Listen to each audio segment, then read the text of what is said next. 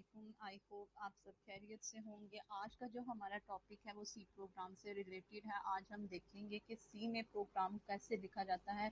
अगर हमें कोई स्टेटमेंट दी गई हो तो हमने प्रोग्राम को कैसे लिखना है। आपसे एक छोटी सी रिक्वेस्ट है कि अगर आपने मेरे लास्ट प्रीवियस जो हैं लेक्चर्स नहीं देखे आप वो मस्ट देख लें ताकि आपको पता चल सके कि इसमें जो जो टर्म्स यूज़ होने वाली हैं वो उनका क्या पर्पस है, उनको लिखने का सिंटेक्स क्या है। अगर आप वो देख लेंगे तो आपको इन यहाँ पर हर टर्म्स का जो है वो अच्छे से अंदाज़ा हो जाएगा। अच्छा, ये वाली जो है हमने प्री प्रोसेसर डायरेक्टिव इसलिए यूज़ किए हैं, इसलिए आप पहले वाले लेक्चर्स मस्त देख लें। लेक्चर को स्टार्ट करने से पहले आपसे एक छोटी सी रिक्वेस्ट है कि अगर आपने मेरे चैनल को सब्सक्राइब नहीं किया तो चैनल को सब्सक्राइब कर दें और साथ में लगे बेल आइकन को भी प्रेस कर दें ताकि आने वाली नई वीडियो का नोटिफिकेशन आपको मिल सके। चलेंगे स्टेटमेंट देखते हैं।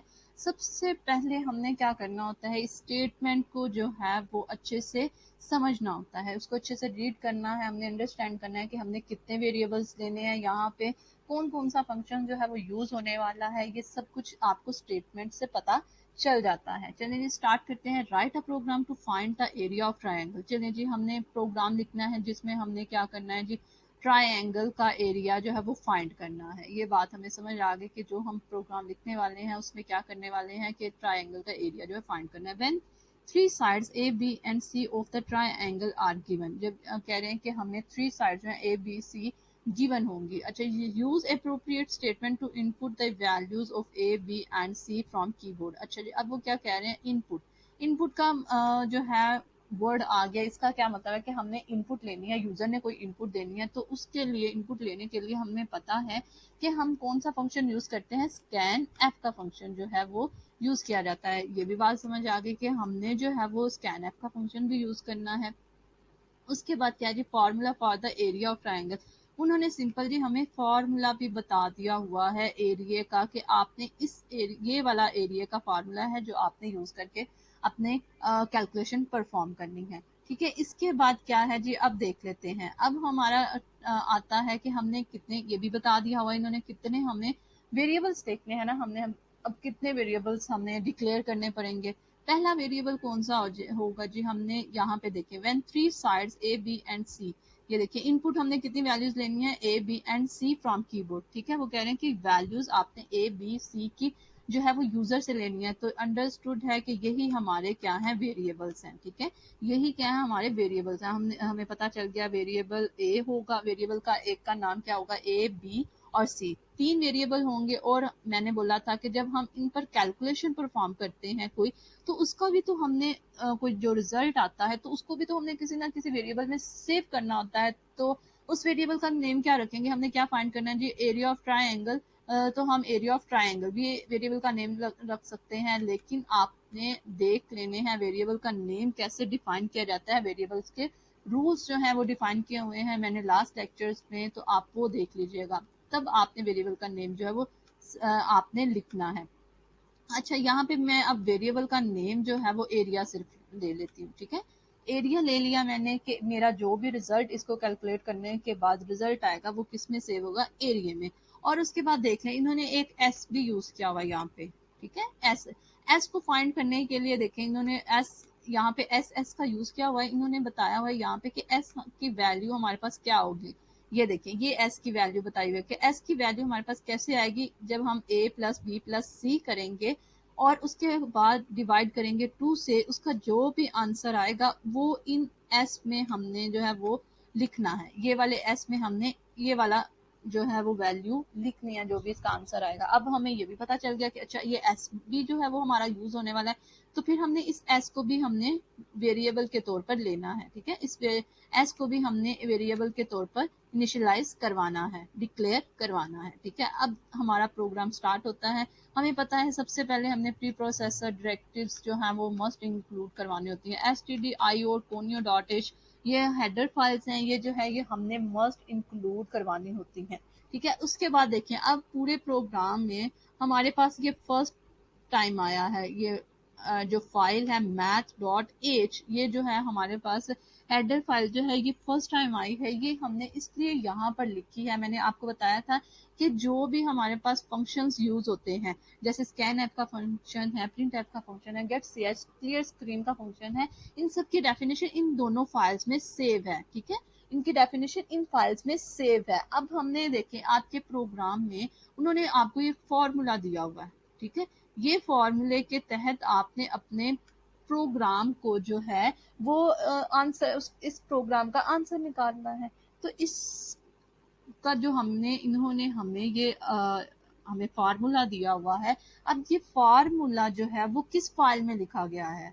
ठीक है, वो math.h की फाइल में जो जितने भी मैथ के फार्मूलाज हैं वो देखिए, ये भी मैथ का ही फार्मूला है, ये भी हमारा किस में लिखा गया है? इस वाली फाइल में लिखा हुआ है। इस वजह से जब हमने इस फार्मूले को यूज करना है तो हमें अपनी ये फाइल भी इंक्लूड करवानी पड़ेगी। ठीक है, हमारे ये प्री प्रोसेसर डायरेक्टिव में हमने ये फाइल भी math.h इंक्लूड करवानी है। जब भी आपने कोई फार्मूलेज यूज करने हैं तो आपने ये फाइल मस्ट इंक्लूड करवानी है। अगर आप ये math.h की फाइल इंक्लूड नहीं करवाएंगे तो आपका ये फार्मूला जो है वो रन नहीं करेगा, कंपाइलर एरर दे देगा, उसको नहीं समझ आएगी अच्छा ये फार्मूला आया कहाँ से है।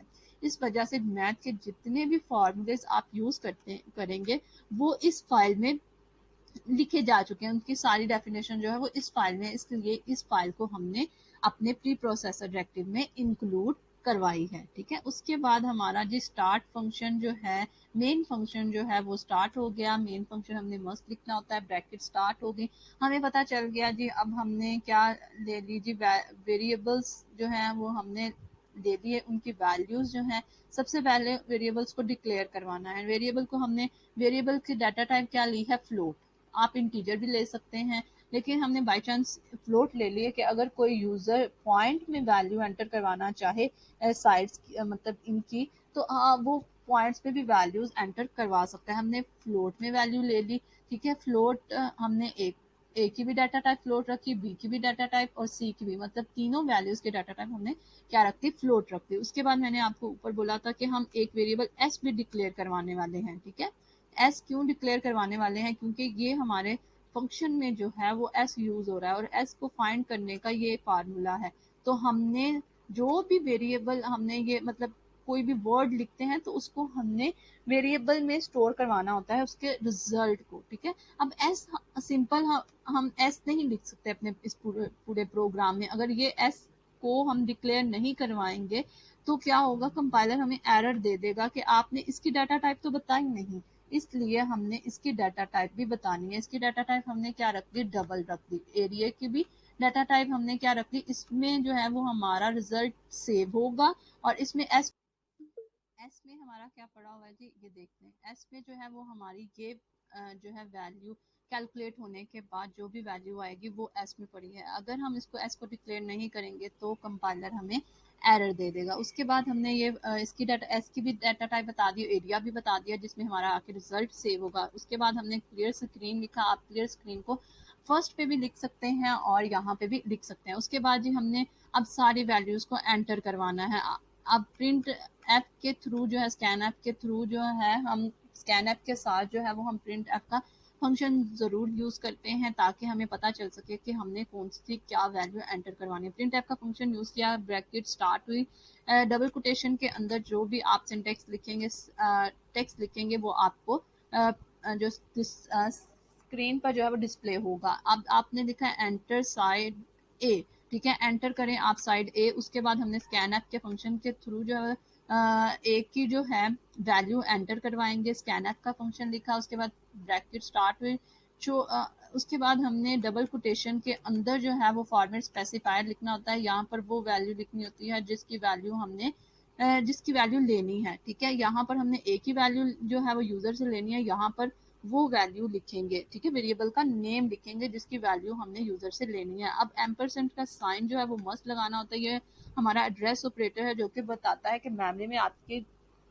किस एड्रेस पर जाके आपका जो है ये वेरिएबल स्टोर होने वाला है। अब एक ही जो है हमारे पास डाटा टाइप क्या है जी, फ्लोट है, इस वजह से हमारी फ्लोट डाटा टाइप है, उसका हमें पता है कि उसका फॉर्मेट स्पेसिफायर क्या होता है, परसेंटेज एफ होता है।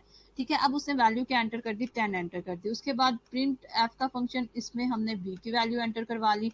ठीक है, उसके बाद हमने स्कैन ऐप के थ्रू, जैसे हमने ऊपर यूज किया स्कैन ऐप का function, same as it is आपने यहाँ पे भी यूज करना है। स्कैन ऐप का फंक्शन लिखा आपने, यहाँ पर छोटी ब्रैकेट स्टार्ट की, डबल कोटेशन के अंदर हमेशा फॉर्मेट स्पेसिफायर लिखना है। फॉर्मेट स्पेसिफायर उसका आएगा जिसकी वैल्यू आपने एंटर करवानी है। अब हमने बी की वैल्यू एंटर करवानी है, हमने यहाँ पर वेरिएबल उसका नेम लिखना है जिसकी वैल्यू एंटर करवानी है। अब बी की वैल्यू एंटर करवानी है, यहाँ पे वेरिएबल का नेम लिखा, यहाँ एम्परसेंड साइन लिखा, और बी की जी हमारे पास क्या है, डाटा टाइप क्या है, फ्लोट है, तो उसका फॉर्मेट स्पेसिफायर क्या होगा, एफ होगा, परसेंटेज एफ होगा। उसने बी की वैल्यू भी 10 एंटर कर दी। उसके बाद हमने सी की वैल्यू एंटर करवानी है, प्रिंट एफ फंक्शन के थ्रू हमने लिखा है एंटर साइड सी, स्कैन एप का फंक्शन यूज किया और उसने वैल्यू करवा दी एंटर 10 करवा दी। ठीक है, उसके बाद देखिए हमने ये एस का जो वेरिएबल है ये हमने ऊपर डिक्लेयर कर दिया हुआ है। अगर हम यहाँ पर डिक्लेयर ना करवाते और एस यहाँ पर सिंपल लिख देते तो हमें कंपाइलर एरर दे देता, कहता कि आपने इस वेरिएबल को तो डिक्लेयर किया ही नहीं है, सो इस एस वाले वेरिएबल को भी आप डिक्लेयर करें। अब हमने ऊपर देखा था एस हमने कैसे निकालना है, एस का फॉर्मूला क्या है, हमने क्या करना है जी, ए प्लस बी प्लस सी, मतलब ए प्लस बी प्लस सी और उसको डिवाइड कर देना है 2 पर। ये हमारा फॉर्मूला है एस को निकालने का। ये देखें, ये हमने इसको कैलकुलेट करने के बाद जो भी आपका आंसर आएगा वो इस एस में आकर सेव हो जाएगा। उसके बाद हमारे पास क्या है जी, हमने क्या, एरिया का फॉर्मूला, एरिया का जो है वो फार्मूला कैलकुलेट करना है। हमने लिखा जो भी उस फार्मूले को कैलकुलेट होने के बाद जो रिजल्ट आएगा वो किसमें आकर सेव होगा, एरिया में। एरिया भी हमने ऊपर डिक्लेयर किया होता है, अगर हमने डिक्लेयर ना किया होता एरिया को, इस वेरिएबल को, तो कंपाइलर एरर दे देता। ठीक, हमने यहाँ पे क्या किया, अब यहाँ पे ये देखिए ये फॉर्मूला जो है वो हम यूज कर रहे हैं। ठीक है, ये फॉर्मूला कहाँ से आया, ये आपको क्वेश्चन में ही जो है, स्टेटमेंट में ही आपको ये बता दिया हुआ था। अब यहाँ पर स्क्वायर रूट जो है ये इस तरह यूज नहीं होता, यहाँ पर हम स्क्वायर रूट जो है वो लिखते हैं। ठीक है, यहाँ पर देखें, यहाँ पर अब हमारा फॉर्मूला क्या है, S Q R T square root लिखेंगे, ब्रैकेट स्टार्ट होगी और वही फॉर्मूला जो ऊपर लिखा हुआ था। अब इस फॉर्मूले को एस की वैल्यू यहाँ पर हमारे पास आ गई होगी। ठीक है, अब क्या करेगा, एस को मल्टीप्लाई पहले ये कैलकुलेट कर लेगा, एस माइनस ए निकालेगा, एस माइनस बी निकालेगा, एस माइनस सी, जो भी आंसर आएगा उनको आपस में मल्टीप्लाई करने के बाद जो फाइनल आंसर आएगा वो हमारा एरिया में आकर सेव हो जाएगा। उसके बाद सिंपल हमने क्या करवाना है जी, उस एरिया को प्रिंट करवा देना है स्क्रीन पर। अब यहाँ पे प्रिंट एफ का फंक्शन यूज किया, एरिया ऑफ ट्राइंगल लिखा और एरिया को हमने प्रिंट करवाना है। यहाँ पर उस वेरिएबल का नेम लिखते हैं जिसकी वैल्यू हमने प्रिंट करवानी है। अब हमने इस एरिया की वैल्यू प्रिंट करवानी थी, यहाँ पे हमने उस वेरिएबल का नेम लिख दिया एरिया, और हमें पता है यहाँ पर आपने कोमा जरूर लगाना है, डबल कोटेशन के अंदर जो है वो फॉर्मेट स्पेसिफायर को डिफाइन किया जाता है। हमें पता है एरिया का जो है हमारे पास डाटा टाइप क्या है, एरिया की डबल है, और डबल डाटा टाइप का फॉर्मेट स्पेसिफायर, डबल क्या है, हमारी फ्लोट की ही जो है एक लॉन्ग डाटा टाइप है, उसका फॉर्मेट स्पेसिफायर क्या है, हमारे पास परसेंटेज एफ है। ठीक है, इस परसेंटेज एफ की वजह से हमारे पास जो है ये बता रहा है इसका कि जो वैल्यू डिस्प्ले होने वाली है उसका फॉर्मेट क्या है, वो टेक्स्ट फॉर्म में है, वो फ्लोट फॉर्म में है, वो इंटीजर फॉर्म में है। ये सब कुछ जो है ये फॉर्मेट स्पेसिफायर बताता है। ठीक है, इसके बाद आपको ये एरिया की वैल्यू जो है वो स्क्रीन पर डिस्प्ले हो जाएगी और गेट सी एच का फंक्शन हम यूज करेंगे। उसके बाद ब्रैकेट जो है वो क्लोज हो जाएगी। अगर इस प्रोग्राम में आपको किसी भी बात की समझ ना आई हो, आप कमेंट सेक्शन में पूछ सकते हैं। दुआओं में याद रखिएगा। अल्लाह हाफिज।